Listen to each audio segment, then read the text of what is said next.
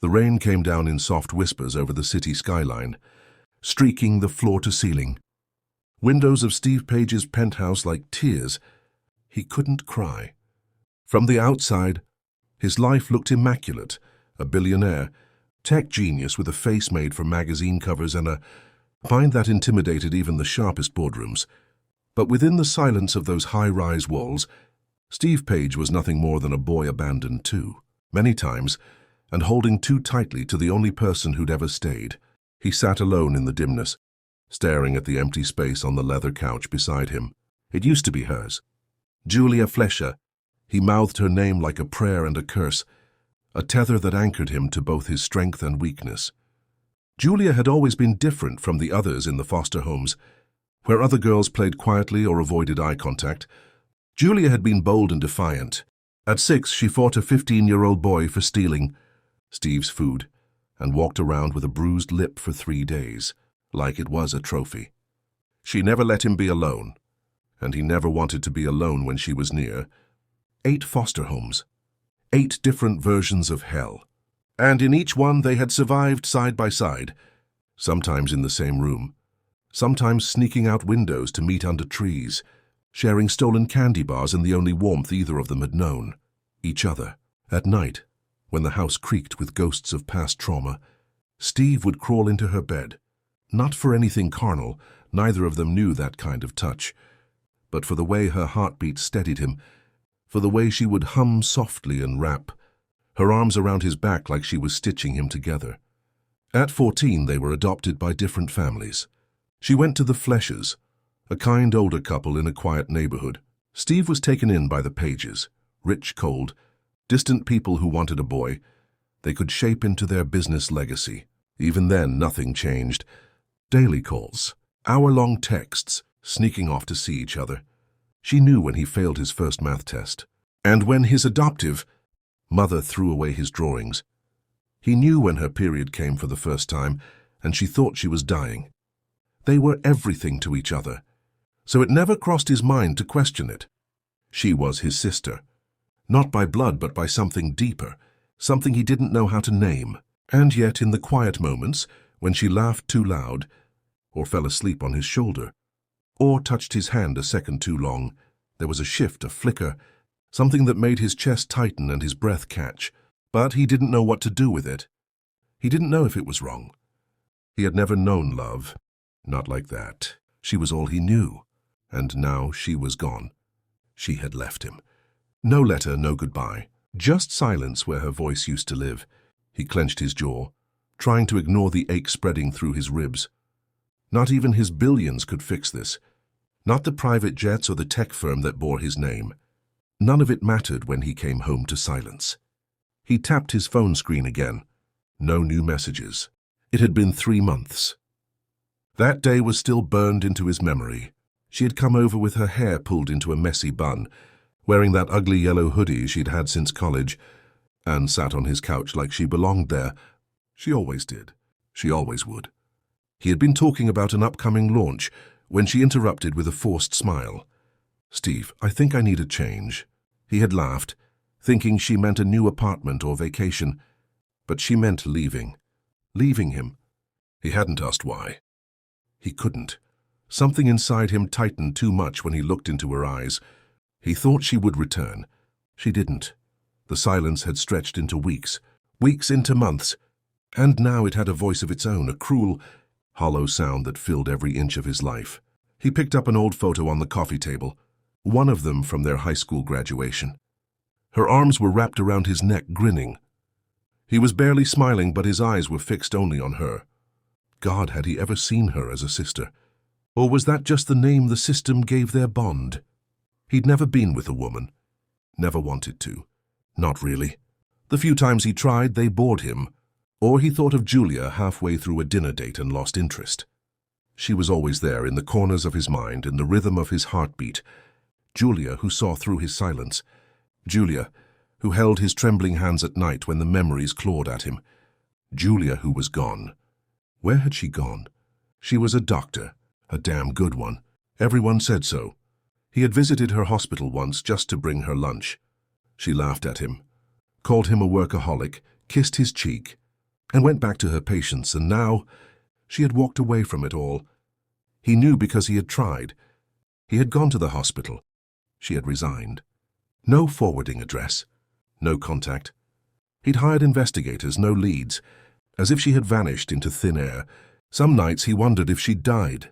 Maybe that was why she left, to die somewhere without burdening him. But Steve Page knew her better than anyone. She would never leave him without a reason, unless that reason was him. He stood up restless and walked into the guest room, her room. It was still exactly as she left it. Her books, her scent on the pillow, her worn-out hoodie hanging behind the door. He clutched it and sank onto the bed. Tears threatened, but he didn't let them fall. Steve Page didn't cry, except with her.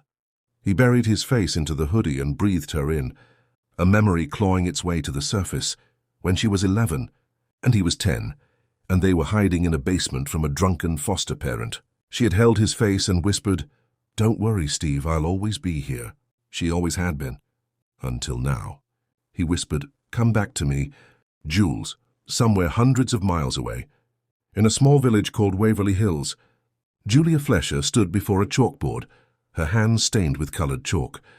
Children's laughter echoed around her, and the mountains loomed beyond the windows. She smiled as a little girl handed her a wildflower. But when the girl skipped away, Julia turned and let out a slow, painful breath.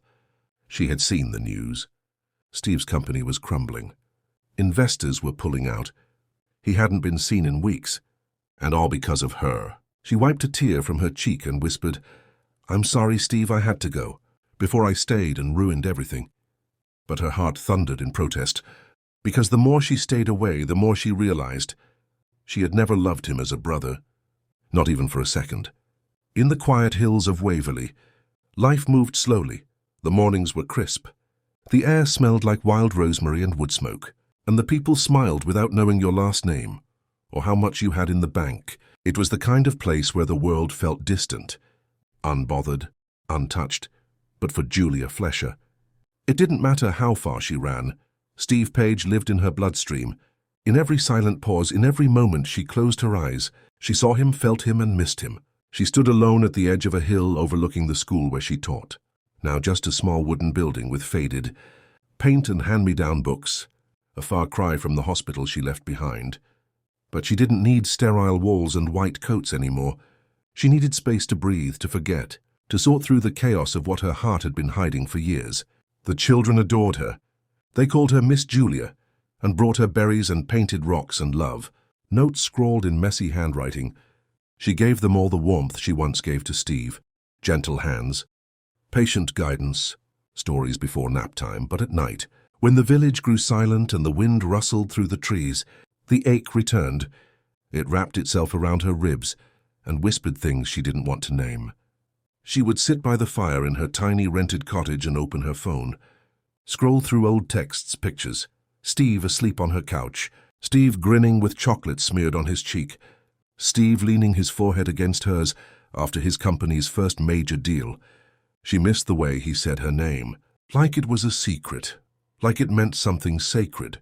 Back then, she told herself it was just the trauma bond, that he was her brother in everything but blood, that their connection, though intense, was just the residue of shared childhood pain. But one day, about a year ago, he had fallen asleep with his head on her lap after pulling 2 all-nighters working. His face was peaceful, his breathing steady. Her fingers had wandered to his hair and stayed there, stroking gently, and something had shifted inside her. She had wanted to kiss him, not as comfort, not as a sibling, as a woman who loved a man. That night, her world tilted, and the next week she left. In the city, Steve had stopped counting the days since Julia vanished, not because he didn't care, but because counting made it worse. Each sunrise was just another reminder that she hadn't returned, and every time his phone buzzed, a part of him hoped it would be her, but it never was. His empire, the once unstoppable page tech, was unraveling. Board meetings were missed, deals postponed. His assistant, Monica, came and went in silence, careful not to ask too many questions. He had moved his bed into his office, stopped shaving, and closed the curtains. His days bled into each other. Food was tasteless. Music was noise, the world, for all its sound, felt empty. He sat in the dark, staring at her name on his phone. "Julia," he typed out messages. "Deleted them. Come back. I miss you. I think I'm going crazy. I think I love you." But none of them felt right. None could capture what it felt like to live without her. He played her old voicemail over and over. Her voice light and teasing. "Hey, genius, did you eat today? Don't forget to sleep. You're not a robot, no matter what Forbes says." He closed his eyes and let her voice fill the silence. Monica knocked once and entered. She paused when she saw him, her voice soft. "Steve, we've lost the Athena contract. You were supposed to give the keynote this morning." He blinked at her. "What day is it? Friday?" He rubbed his face and sank deeper into his chair. "I don't care." "Steve?" She hesitated, then placed a thin folder on his desk. The last investigator's report. He stared at it but didn't open it. "They found nothing?" he asked without hope. Monica sighed. "No, she's off the grid. No digital footprint. No credit card activity. No known associates. It's like she disappeared." He nodded once. She lingered. "You should talk to someone, a therapist, a friend." "I don't have friends." She gave him a look. "You had her." He didn't respond.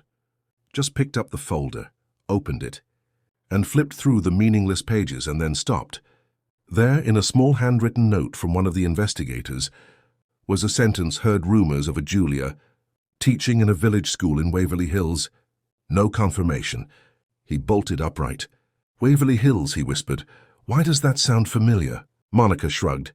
"Maybe you heard it on the news." "No, not the news." Julia had once told him, years ago, that she'd read about Waverly Hills in a magazine, a peaceful village in the mountains. She'd said if she ever disappeared, she'd go there. He never thought she meant it. Heart-pounding, he reached for his laptop and started searching. In Waverly, Julia stood outside her cottage staring at the stars. Her neighbor's dog barked in the distance, and the hum of crickets filled the air. She hadn't spoken to anyone from her old life in 11 months, but Steve's face haunted her. She had seen the articles, knew his company was faltering, that people whispered about the billionaire who vanished from public life. Her heart screamed to go to him, but her mind pulled her back. What if he hated her now? What if he only wanted the version of her that stayed in his box? Best friend, sister, protector, but not the one who wanted more. Because she did. God help her, she did. She loved him, deeply, desperately, not like a sister, never like a sister. She had loved him from the moment he fell asleep on that dirty mattress at their second foster home, his little hand gripping hers like a lifeline. And now, that love was a storm in her chest, unspoken and unbearable. She was about to go inside when a car pulled up the dirt road leading to her cottage. A sleek black SUV, foreign in every way her breath caught. No one drove that kind of car in Waverly. The door opened, and there he was, Steve, hair tousled, eyes haunted, thinner, paler, but still him. Still the boy who held her through every storm. Still the man she never stopped loving.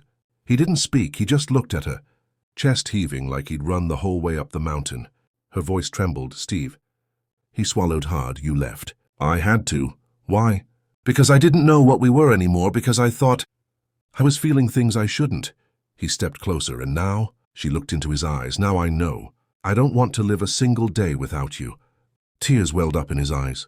He whispered, "Julia, I didn't just miss you. I mourned you like someone dead. I couldn't breathe without you." A single tear escaped down her cheek. He reached for her hand.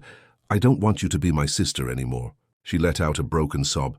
"Then what do you want me to be?" He stepped forward, pressing his forehead to hers. "Everything, my home, my peace, my wife." She melted into him, and for the first time in both their lives, they weren't afraid to feel it, to name it, to fall. The rain followed Steve and Julia back to the city, a soft drizzle coating the windows of the private jet like the world itself had started crying in relief. Julia sat beside him, fingers laced with his, her eyes trained on the cloudy sky as if still trying to convince herself that this was real, that he had come for her, that he still wanted her, not just as his safe place, but as the woman he loved. Steve didn't say much. He just held her hand tighter, every time the silence stretched too long. His expression remained unreadable, his trademark stoicism, but underneath it was a man who had just crawled, out of grief, with nothing but her name in his throat. The flight was only 2 hours, but it felt like time warped around them. Julia kept glancing at him when she thought he wasn't looking, memorizing the lines in his face again, the shadow under his eyes, the way his jaw clenched like he was still afraid she'd disappear if he blinked. "Are you okay?" she asked softly. He looked at her, then at their joined hands. "I don't think I am, but you're here. And that's something." She nodded. Something, everything. The next day, Steve walked into his penthouse with Julia beside him and collapsed onto the couch like the entire world had been sitting on his shoulders. The home was darker than she remembered. Empty, cold, lifeless. Plants had died. Dishes sat untouched. Curtains drawn tight like the outside world was a threat he no longer welcomed. She turned to him, whispering, "Steve, how long have you been living like this?" He stared at the ceiling. "Since you left." Her chest ached. "You didn't have to let everything fall apart." "I didn't let it," his voice cracked. "It just did. I didn't care anymore." Julia knelt in front of him, her hands on his knees. "But why?" His eyes locked onto hers, wide and vulnerable. "Because it wasn't about the company, or the money, or the damn headlines. None of it mattered without you. You were the only thing I cared about. You still are." The words hit her like thunder. He had always been composed, controlled, untouchable. But now? He was breaking in front of her, and she was the only thing holding the pieces together. Her voice trembled. "I was scared, I know. I thought what I felt for you was wrong. Like I was betraying our history." He reached down, cradled her face. "Jules, it's only wrong if we keep pretending we don't know what this is." Tears blurred her vision. "I didn't leave because I stopped loving you. I left because I loved you too much to risk ruining us." He leaned down, their foreheads touching. "I think we've been ruining ourselves by denying it." The words sat between them like oxygen, heavy and healing. For the first time in their adult lives, the bond that had always been shrouded in labels and confusion finally had clarity. Love. Real. Grown-up, raw, messy, deep. Romantic love. But healing wasn't immediate. It never is. 2 weeks passed. The world learned Steve Page was back, and the media storm resumed. Paparazzi stalked his every move. Rumors swirled about the mysterious woman always by his side. Now some claimed she was a secret therapist, others a long-lost childhood flame. Julia stayed quiet, always at his side, but never in the spotlight. Steve returned to his office, to endless meetings. But something had changed. He no longer looked like a man powered by ambition. Now he looked like a man powered by purpose. His first public statement was simple. "My absence was personal. I've lost a lot in life. But what I almost lost this time reminded me what truly matters. I don't want to build empires anymore. I want to build peace." That same day, he walked out of the boardroom and found Julia sitting in the company lounge, reading a children's book she planned to donate. She looked up, smiling. "How'd it go?" He kissed her forehead in response. "I fired 3 board members and donated $5 million to foster care programs." Her eyes sparkled. "So, a casual Tuesday, casual Steve Page chaos." They laughed, soft, familiar, free. And just like that, it felt like the past was being rewritten, one breath at a time. But healing is messy, and grief, even when you're reunited with what you lost, doesn't vanish overnight. One evening, while Julia was in the shower, Steve stood in their bedroom staring at an old photo, one from when they were 15. They were sitting on a rooftop in hoodies, eating burnt toast, grinning like idiots, back when all they had was each other. And for a moment, the weight of almost losing her overwhelmed him again. He sat on the floor, back against the wall, head in his hands. Julia emerged, towel drying her hair, and froze when she saw him. She rushed to his side. "Steve, hey, what's going on?" He couldn't even answer. Just shook his head, eyes red. "I thought I'd never see you again. I thought you were gone forever." She pulled him into her arms, letting him fall apart. He sobbed. Not like a man, but like the boy he used to be. The one who had no parents, no home, no safety net. Just her, always her. She held his face. "You'll never have to survive without me again, I promise." He clung to her like she was air, because she was. Weeks turned into months, and one quiet Sunday morning, Steve took Julia to the rooftop of their building, the place where they used to watch stars when the city lights didn't blind them. She was barefoot in one of his oversized hoodies, holding a cup of coffee. He stood in front of her, heart pounding. "Do you remember the night you got your acceptance letter to med school?" he asked. She smiled. Yeah, you jumped up and down more than I did. And do you remember what you told me that night? She squinted. I told you I'd still call you every night. No, he stepped closer. You said if we made it out of all that pain and didn't lose each other, you'd never leave my side again. Her eyes welled up. So I'm holding you to that, he whispered. Then he dropped to one knee.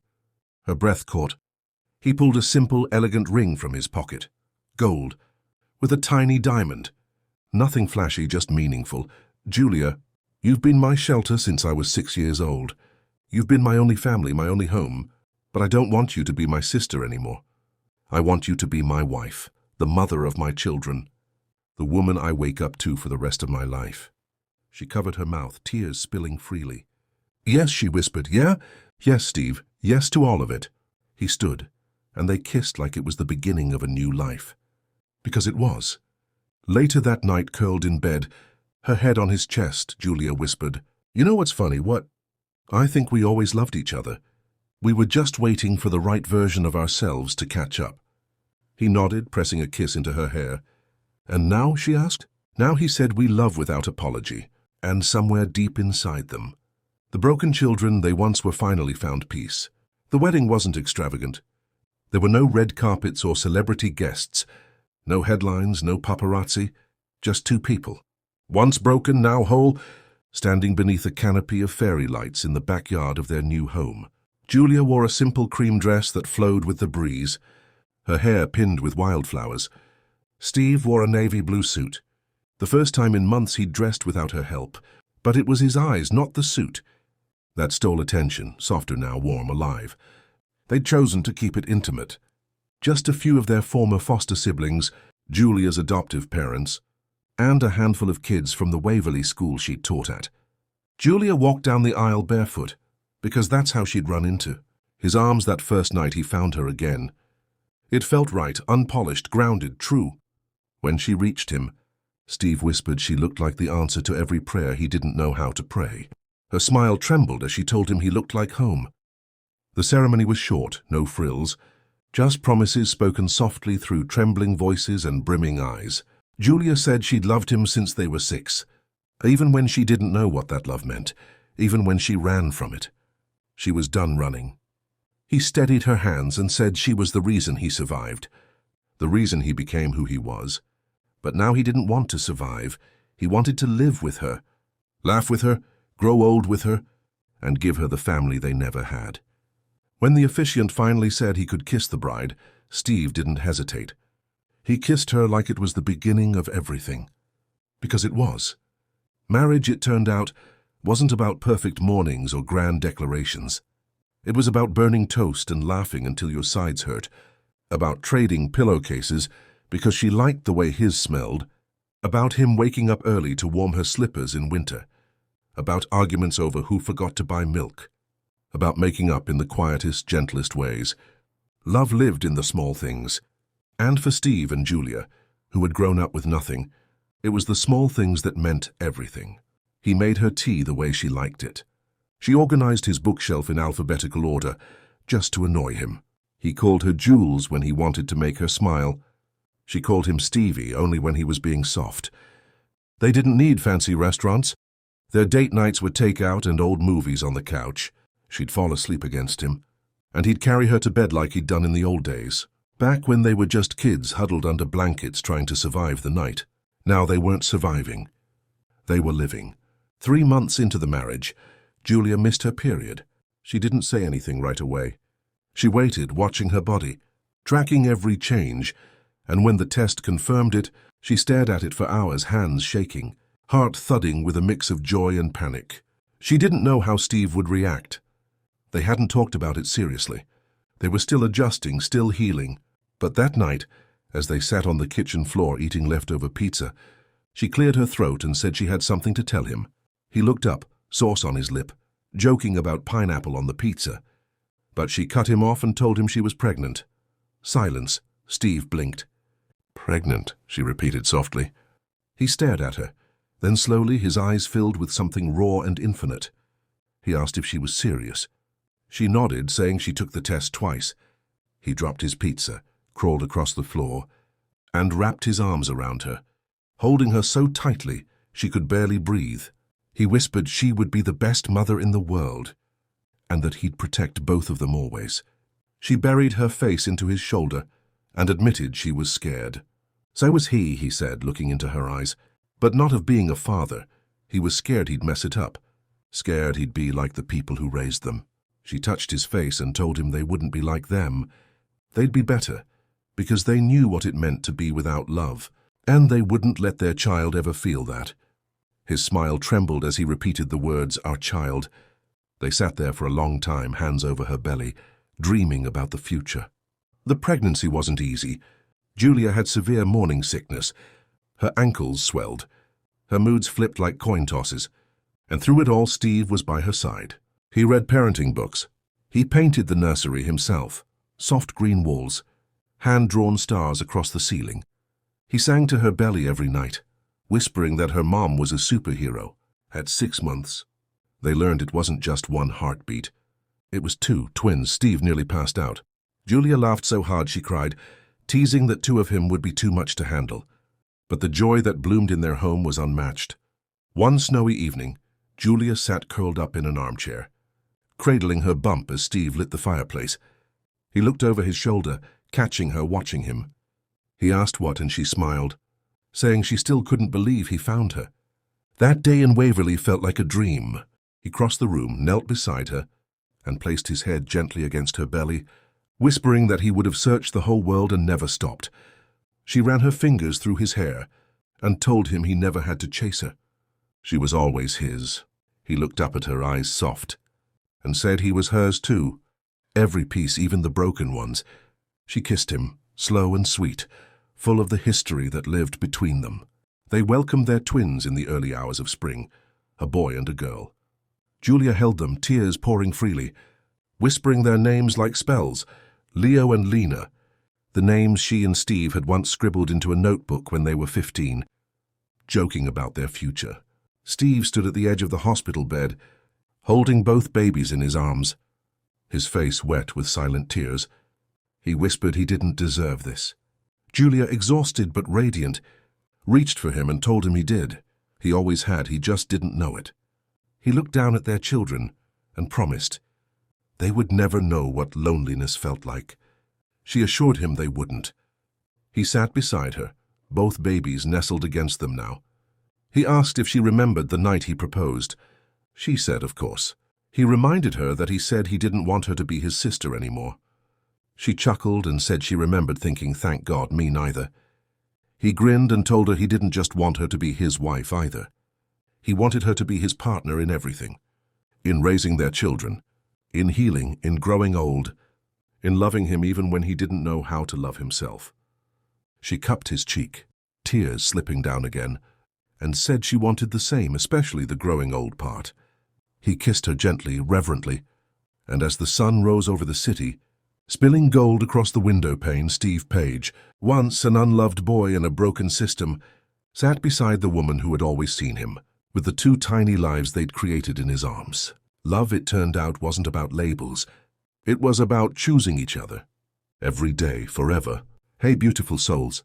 Thank you from the bottom of my heart for being here. Your support, your time, and your presence mean more than words can say.